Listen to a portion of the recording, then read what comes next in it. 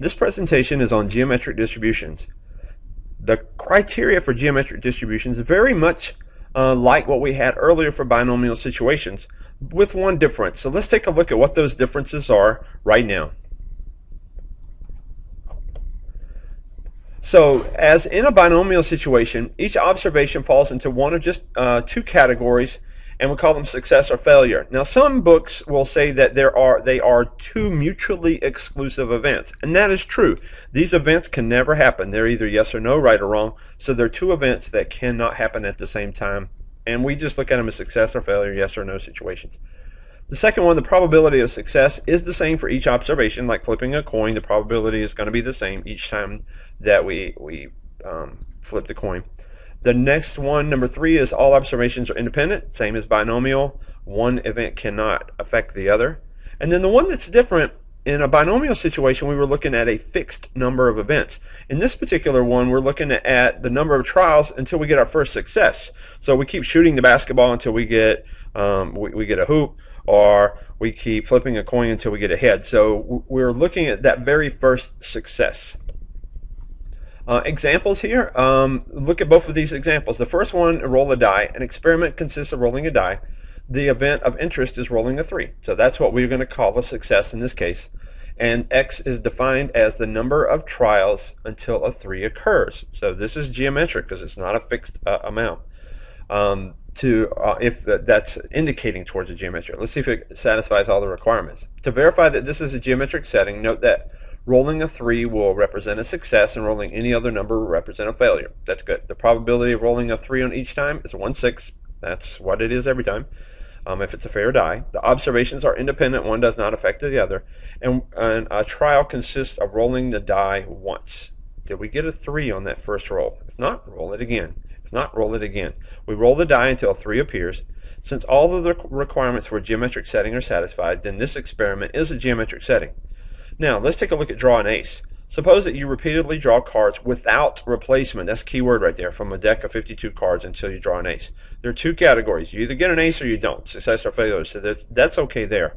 But is the probability the same? No. Every time that we draw a card out, then the probability of the next one coming up is going to be different. So it's 4 out of 52 the first time, but 4 out of 51 the next time if we don't get it. So each trial is not the same probability, and one is dependent on the trial before it. So they are not independent. So this is not a geometric set. Now, the rules for calculating a geometric probability. If X has a geometric distribution with a probability P of success and 1 minus P for failure. In some textbooks, instead of writing the 1 minus P, they'll just assign failure as Q. So you know if something has a 70% chance of success, call that P, then Q is 30%.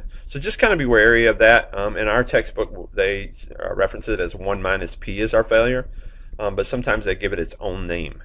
The possible values of X are 1, 2, 3, and so on. If N is any of these values, the probability that the first success occurs on the 10th trial is this. So notice that this is a discrete random variable that we are talking here about here. We can count it. And then the formula below is X equals N. In this case, the probability of X equals N is 1 minus P to the N minus 1 power times P. Okay, so the probability of a failure to the N minus 1 power times the probability of success. In the calculator, and we refer to this and remember how we did our normal distributions, that we denote a geometric distribution just using the probability, and then we use it with X. Which is the number of trials that we're looking for to test to see if we can get a success at that point. So in your calculator, you're going to go either geom PDF or geom CDF, depending on whether it's exact or more than or less than. We have to look for those vocabulary, so just be aware of that. And remember that the probability from the calculator is only to the left of the distribution. So if they're talking about more than, greater than, at least, you're going to need to subtract it from 1 as you normally do, or you can take a look at what we have down here at the bottom rectangle, and this is actually a very easy way, and some people calculate this quicker than you're able to put it in on your calculator and subtract it from 1. But this bottom rectangle, if it's more than, greater than, or at least, you can use this The probability that it takes more than n trials to see the first success is p is x is greater than n equals 1 minus p to the n power. And when we're trying to find the mean, let's go up to the top rectangle. If x is a geometric random variable and the p is our probability of success, then the mean or expected value of the random variable is mu is equal to 1 over p. Simple. I mean, it doesn't get any simpler than that. Mu equals 1 over the probability of success. The variance in this case is 1 minus p over p squared. If they called the probability of a failure as q, it would be q over p squared, and sometimes we see it written as that. None of these formulas, unfortunately, are on the AP Statistics exam formula sheet. So you'll need to either put them into your calculator or either you have to memorize them because they will not be available to you on the AP exam. Okay, so in our last example here is that we're going to roll a die until a 3 is observed.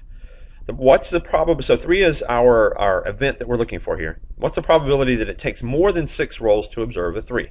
Well, we've got 2 ways of doing this, but we'll do it the last way where they give us the formula. So remember, write out probability of x is greater than 6, okay, and that's going to equal 1 minus p to the n power. So the probability of getting a 3 is 1 out of 6. The probability of not getting a 3 is 5 out of 6 to the 6th power, which is approximately 0.335. Okay, so then there's another one down below. The probability it takes more than 24 tosses to win a stuffed animal. The same procedure is applied.